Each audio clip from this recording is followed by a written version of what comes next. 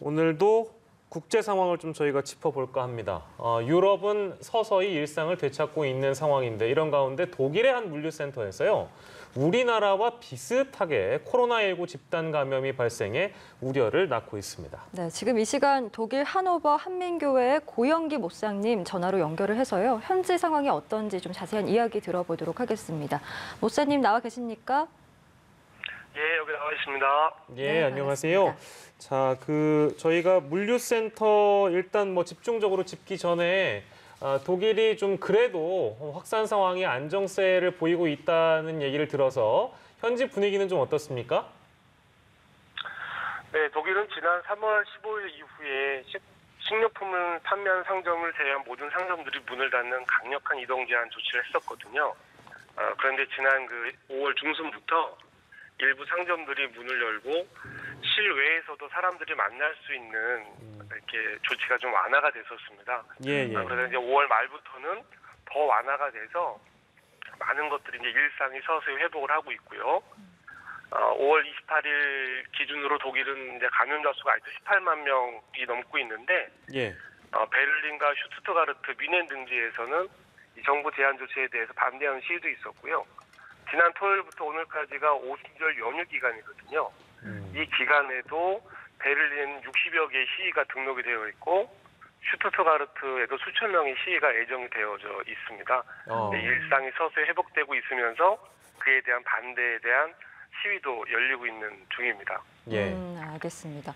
지금 전 세계에서 코로나19 방역에 성공한 나라로 이제 우리나라, 한국과 함께 또 독일이 꼽히고 있습니다. 그 배경은 좀 어디에 있다고 보시는지요?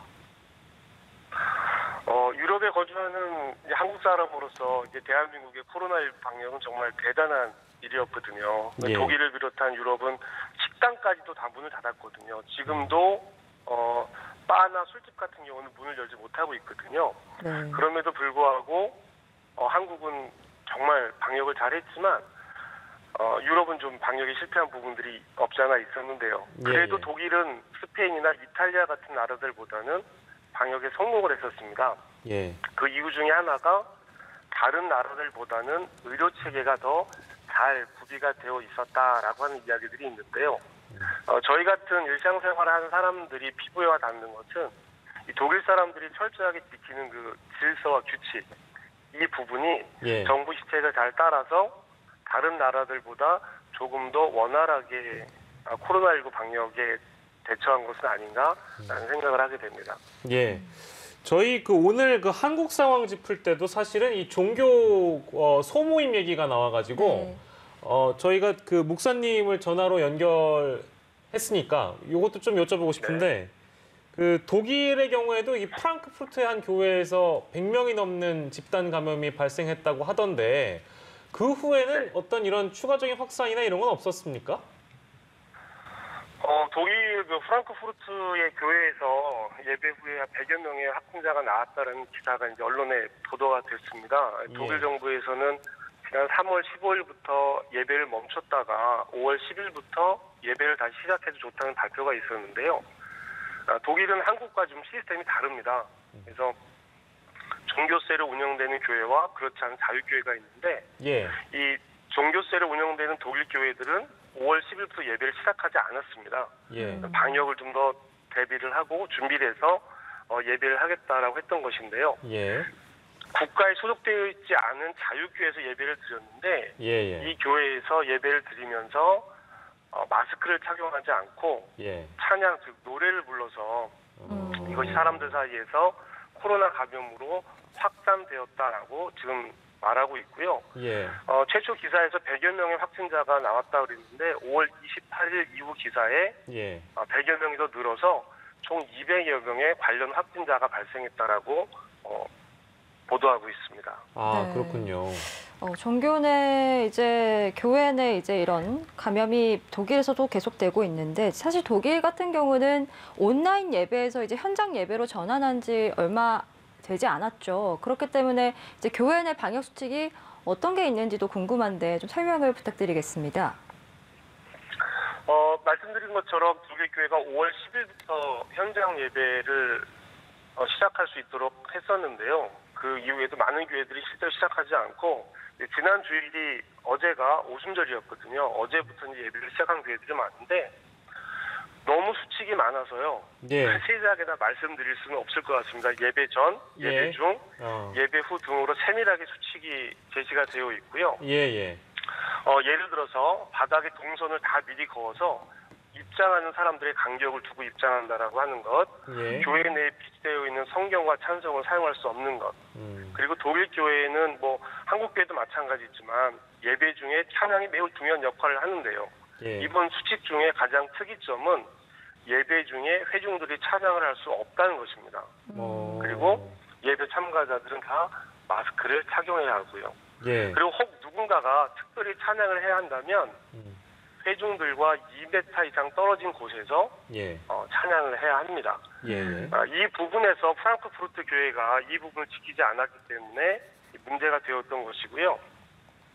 저희 교회도 이 수칙들을 잘 지키면서 예배를 시작하고 있습니다. 예. 네. 저 갑자기 생각나서 드리는 질문인데 이게 저기 독일에서 그 교회 그러니까 예를 들면 정기 예배 드리는 거 말고 혹시나 한국처럼 그 독일 쪽 교회에서도 이건 뭐 국교회나 자유교회를 다 포함해서 드리는 질문인데 어떤 종교적인 소모임이랄까요? 뭐 성경 공부를 한다든지 뭐 그런 등의 활동도 독일에서는 벌어지고 있습니까? 어떻습니까? 없습니다. 없습니까? 독일 교회에서는요. 일주일에 한 번 주일날 100명 미만의 예배만 허용을 하고 있습니다. 아, 그러니까 특별히 이제 뭔가 성경 공부 모임이라든지 어떤 네. 찬양 모임이라든지 이런 것들을 그 자율교회에서라도 교인들이 하지 네. 않는다. 이런 말씀이시네요. 네, 그렇습니다. 아, 네. 그렇군요. 그러니까 그런 우려는 좀 독일 쪽에서 묶어놔도 될 것 같고. 자, 저희가 그 원래 오늘 본질적으로 여쭙고 싶었던 게 가장 큰 게 이제 물류센터 부분인데요, 목사님. 네네. 이 물류센터 위치가 그 하노버랑 아주 가깝다면서요. 네, 그렇습니다. 이번에 그 코로나19 확진자들이 나온 물류센터는요, 랑겐하겐이라는 지역이 있는데, 예. 이곳은 그 하노버 공항이 있는 곳입니다. 네. 예. 하노버 공항으로 입국을 하면 랑겐하겐이라는 지역으로 들어오는데, 여기에는 공항 주변이다 보니까 많은 물류센터들이 이렇게 있습니다. 행정상으로는 랑겐하겐이라고 되어 있지만, 예. 보통 우리가 하노버와 같은 지역으로 분류를 하고 있습니다. 예. 그래서 지난 5월 14일에 UPS라고 하는 예. 그 배송업체에서 확진자가 발견되었는데요. 네. 이 하노버라는 지역이 니더작센이 주도입니다. 예. 그리고 UPS가 배송업체이다 보니까 이와 관련해서 염려하는 기사들이 좀 많이 나왔던 편입니다. 예. 저희도 가끔 사용하는 업체인데요. 코로나19 이후에는 뭐 한국도 마찬가지겠지만 물건을 대면에서 전달해주지 않는다든지 뭐 이런 조치를 취하고 있지만 이번에 관련해서 확진자가 72명으로 보도는 되고 있습니다. 예. 지금 이 택배 물류업체가 1000여 명이 넘게 근무를 하고 있다고 들었고 인근 학교와 또 보육시설에서 나온 감염자도 이 또 물류센터와 관련이 있는 것으로 일단 독일 보건당국이 좀 판단하고 있다고 하더라고요. 추가로 관련해서 좀 나온 소식들이 있습니까? 이 확진자들이 이제 근처 유치원과 학교에 접촉자들이 있었다라는 보도가 있었고 그것으로 확진자가 늘 것이다라고 예상하는 보도가 있었습니다.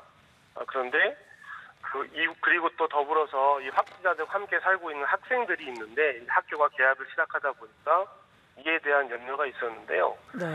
UPS는 지난 5월 26일에 80여 명의 직원을 더 추가로 코로나 테스트를 했고 이 중에 55명은 음성이 나왔고 나머지는 좀 더 세밀하게 검사를 해야 한다라고 발표를 했습니다. 근데 이 발표에 따르면 하노버 지역에 배송하는 담당자들 중에서는 감염된 사람들이 없다. 그래서 배송도 계속 예정대로 진행될 것이다.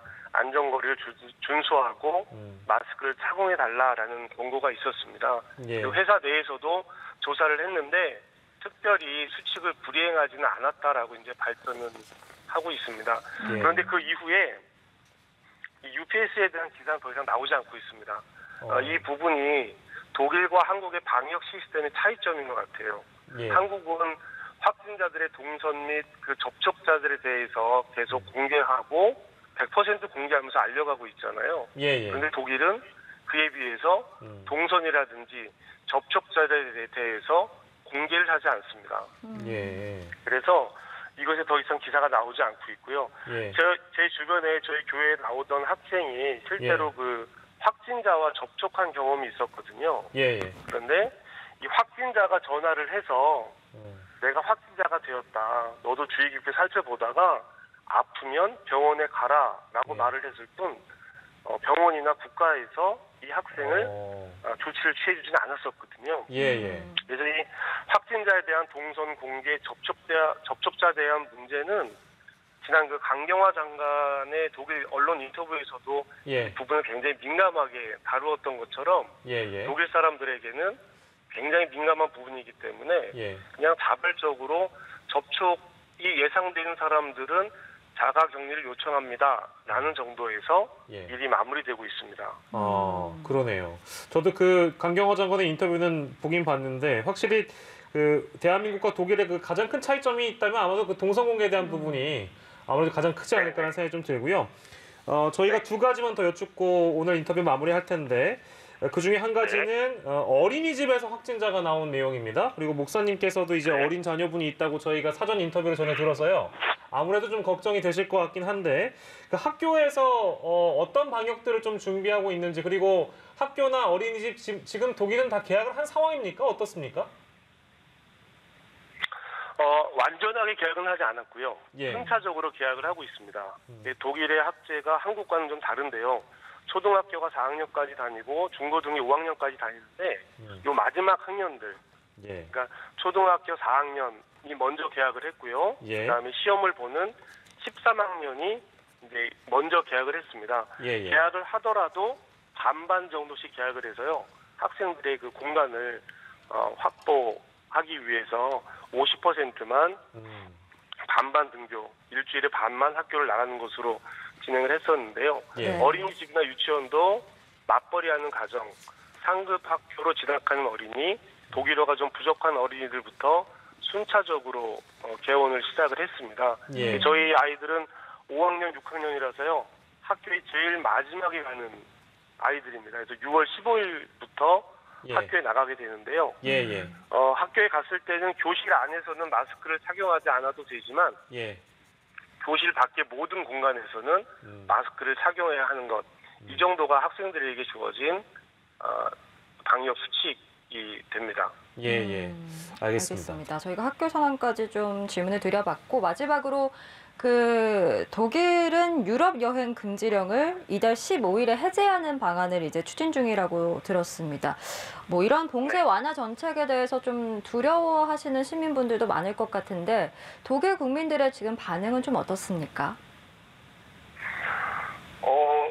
언론에서 발표한 그 여론조사에 따르면 이 거리두기를 해야 한다라고 찬성하는 사람들이 50%, 정부가 잘하고 있다라고 말하는 사람들이 50%에 가까웠다라고 말을 합니다. 네. 그런데 반면 그에 비해서 또 많은 사람들이 이 봉쇄 조치에 대해서 반대를 했었는데요. 예. 현재 실시 중인 이 사회적 거리두기를 계속 이어가서 6월 말까지는 이어가지만 6월 15일부터는 프랑스와 오스트리아, 스위스 같은 나라들에 대한 그 국경들을 해제하겠다라고 얘기를 하고 있거든요. 예. 이것이 그 독일 사람들에게는 굉장히 중요한 가치 중에 하나인 것 같아요. 왜냐하면 유럽에서는 이 국경이 없는 것으로 유명했었는데 국경을 통제한다라고 하는 것이 굉장히 어려운 일이었거든요. 그리고 이 날이 좋아지면서 여행을 하기를 계획하는 사람들이 참 많은데 이 여행 계획들이 모두 멈춰섰단 말이죠. 그래서 어떤 분들은 코로나19에 걸리는 것보다 여행을 못하는 것이 더 무섭다라고 말씀하실 정도로 이 유럽인들에게 중요한 일인데 그래서 두려워하는 분들도 계시지만 많은 경우는 이 정도는 괜찮지 않을까라고 말씀하시는 분들이 더 많이 있습니다. 그래서 마스크를 착용하고 있지만 또 길거리에서 생활 거리두기를 하고 있지만 이 독일을 비롯한 유럽 국가들이 이제 거의 일상을 회복해가는 그런 모습들을 실제로도 느끼게 됩니다. 예, 알겠습니다. 독일 상황 저희가 오늘 잘 들었고요. 말씀 감사합니다. 고맙습니다. 네, 감사합니다. 독일 하노버 한민교회 고영기 목사를 전화로 연결했어요. 저희 우리나라와 비슷한 이 물류센터 상황도 함께 좀 짚어봤고 독일의 상황 전체적으로 좀 짚어봤습니다.